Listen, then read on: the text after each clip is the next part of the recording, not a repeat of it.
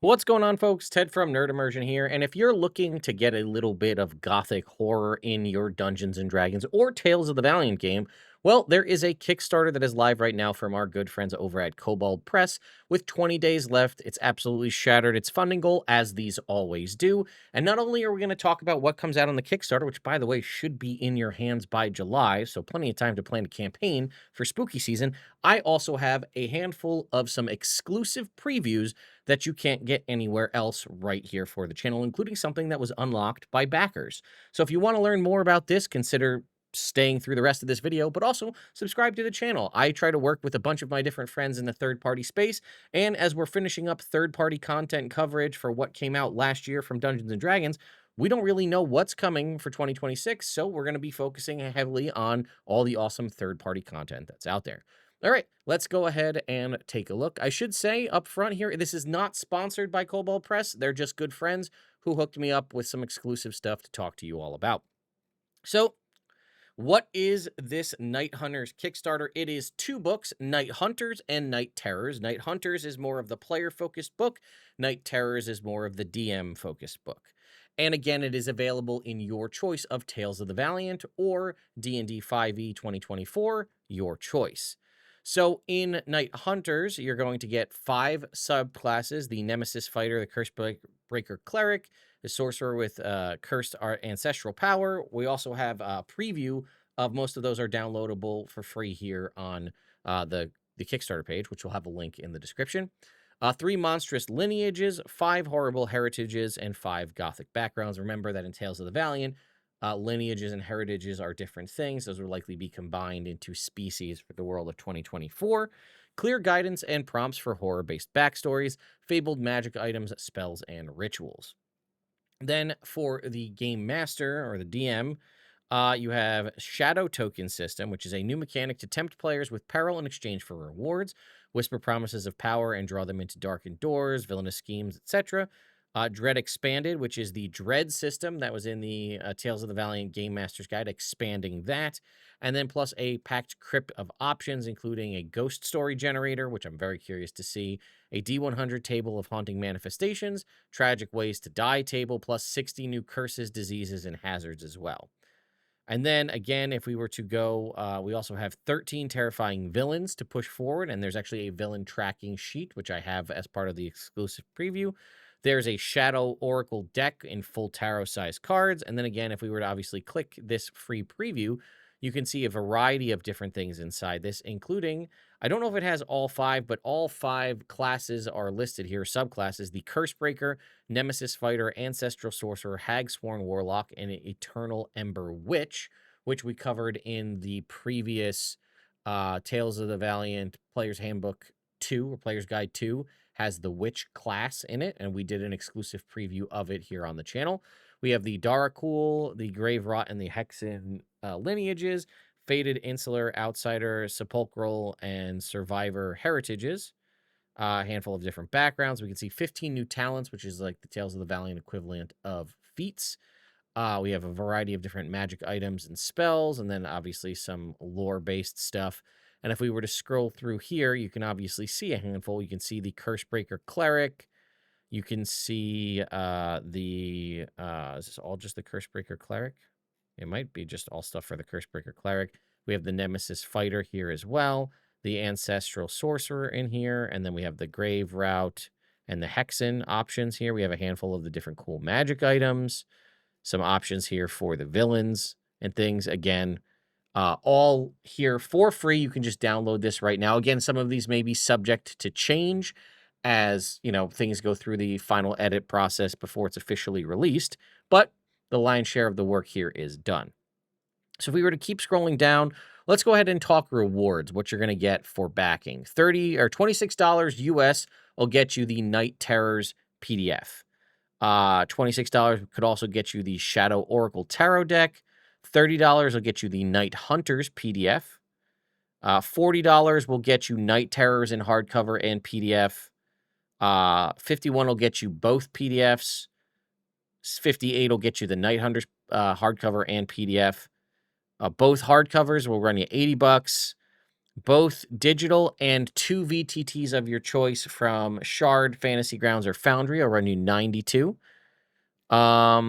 The one that I would probably go for if you're looking to go on the lower end is $94, get you both book in hardcover form and both book in PDF form. There are also a couple of different versions of limited edition covers, as you can see here.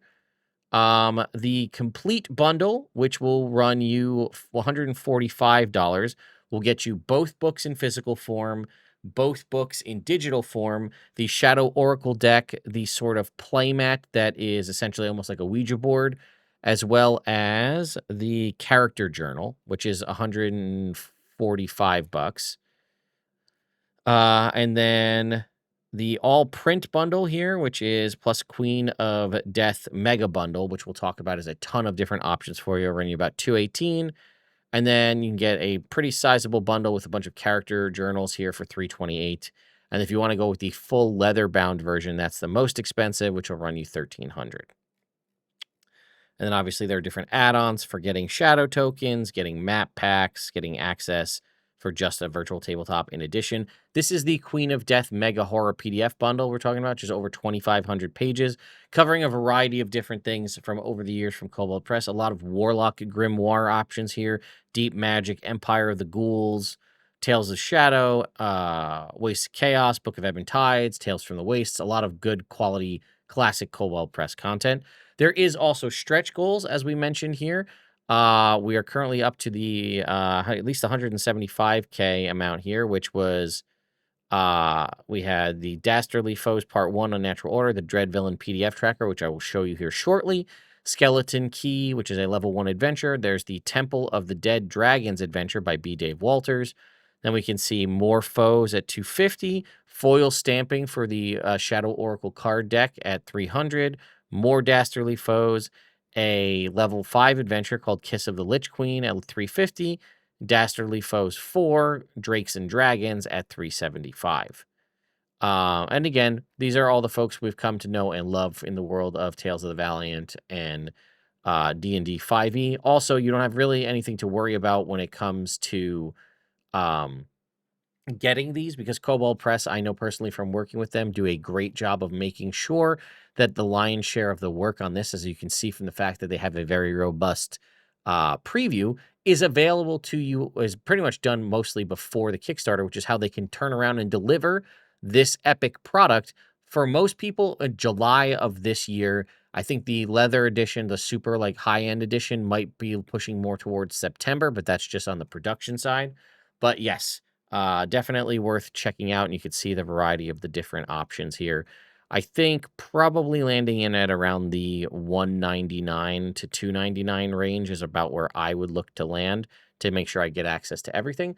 But obviously you can pick and choose and piecemeal as you see fit. But as promised, we are going to talk about the exclusive options that I was given access to here. So let's go ahead and do that. All right. So first up, we have a curse here. Curse of the Forgotten. It says this curse is how you make someone into a ghost. So this curse is often placed on gold, treasure, or other items found within tombs, mausoleums, or other burial sites. When a creature touches the cursed treasure, they become as a ghost. They cannot be seen, heard, or felt by humanoids and other intelligent creatures.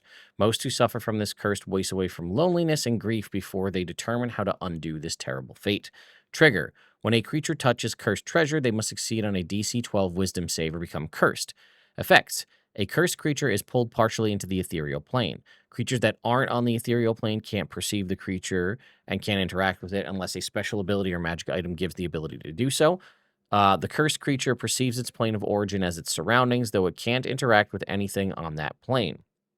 However, beasts and other creatures with the animal tag can perceive the cursed creature. I actually really like that with the concept of like dogs and cats being able to see like ghosts and stuff. A banishment spell, plane shift spell, or other similar magic cast on the creature from the ethereal plane can shunt it back into its plane of origin, which is pretty sick. I actually really like this a lot because it's a very low save. So like it's easy to succeed in theory, but this could be like a really fun way to kind of mess with people. All right, then we have a magic item here, Ammunition of True Death. This is a very rare ammunition. It is 350 gold pieces plus the base ammunition cost. When you reduce a creature to 0 HP with an attack using this ammunition, the target can't become undead through any means, and it is immune to the effects that would cause it to later rise as undead, such as a vampire's draining bite or a wight's life drain. An undead reduced to 0 hit points by this ammunition also can't gain the benefits of the undead fortitude trait. Furthermore, if a creature with the outsider tag is reduced to 0 hit points by damage taken from this ammunition, it is permanently destroyed, even if it is slain on a plane other than its original plane. Damage dealt by this ammunition counts as magical. That's actually very cool. To like take a fiend instead of them respawning in their current plane, they just die. Love that. All right, we have a spell here, a weird spell level 6 called Ghost Wells. A one action concentration up to a minute. You create pools of spectral hands that claw and restrain your enemies. That sounds sick. I'm actually going to be playing a necromancer in an upcoming campaign, so this is right up my alley. You create up to 5 10-foot radius pools of inky darkness on the ground at points you can see within range. For the duration, spectral skeletal hands will reach from these pools, turning the area into difficult terrain. When a creature enters the affected area for the first time on a turn or starts its turn there, they must succeed on a dex save or take 64 slashing damage and be restrained by the hands until the spell ends. A creature that starts its turn in the area and is already restrained just takes that 64 slashing damage. A creature restrained by the hands can use its action to make a strength or dex check, its choice, against your spell save DC. On a success, it frees itself. At higher levels, you can use a 7th level or higher to add 2d4 to the damage.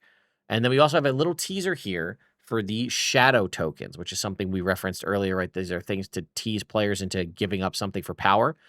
A horror campaign differs in many ways from other genres of fantasy. Shadow tokens encourage players to let go of the heroic fantasy tropes and lean into the elements of horror. A PC earns a shadow token by behaving in a way that aligns with horror storytelling, but is potentially detrimental to their character. Examples include choosing to fail a save when confronted with an established source of fear for the NPC, for the PC rather, voluntarily rolling with disadvantage due to the corrupting influence of evil, having their PC indulge in regressive, impulsive, or self-destructive behavior. A PC can spend shadow tokens in a number of beneficial ways, including spend 1 token to reroll an attack roll, save, or ability check. When a PC hits, the player can spend 1 hit die to deal 1 additional die of damage. Spend 3 tokens to force the GM to reroll an attack roll, save, or ability check. The 13 dread villains in Night Hunters each have their own individual ways to earn and spend shadow tokens, which is very cool. And then I also have the villain tracker sheet, which you can see here, which obviously you could just use as a PDF for any of your characters or for the dread villains established in the book, but we have their goals, their realms. Again, PCs can earn or spend shadow tokens in the following additional ways. You come up with those specific ways here. I'm actually very curious to see what those dread villains look like, and I think one of them may have been in the preview, but this can help you sort of get the idea of how to format how your shadow token options are going to be laid out for whatever villain you might design. And then we have, options here for resources, their agenda, their timeline, the various schemes they're running, and so on. Honestly, I'm very excited about this. I love horror. I'm a huge horror fan. It's me and Bruce Campbell right here. And my one son's name is Bruce after Bruce Campbell because I'm such a huge horror fan. So this is like right up my alley, and I love this stuff, and I'm always looking for ways. And I know you may be saying there are better games out there to do a horror campaign than Dungeons and Dragons, and I don't disagree with you there, but I do love to play Dungeons and Dragons, and it's one of the things that my players love more than anything else as well. So getting these cool options, plus like it's designed by the team at Cobalt Press, and the lead designer looks to be Celeste, who's a good friend of mine. And I know Celeste is a huge horror fan as well. So if anybody's going to treat this whole release properly, it's going to be that team. So I'm super excited to check this out. I'm obviously going to go back this right now myself. And we're definitely going to be talking about a lot of this. I can tell you right now, the concept of shadow tokens absolutely going to be added into some of my games, the ones that it fits. But my Necromancer, absolutely going to take Ghost Wells as a spell, and I'm 100% adding Ammunition of True Death to my games because I actually have some things where parties are going to be interacting with extraplanar beings, and the concept of True Death Ammunition is phenomenal. So anyway, Let me know your thoughts and opinions in the comments down below. I have a link in the description to the Kickstarter if you want to go check it out and back it for yourself. Thank you all so much for watching, and I'll see you next time.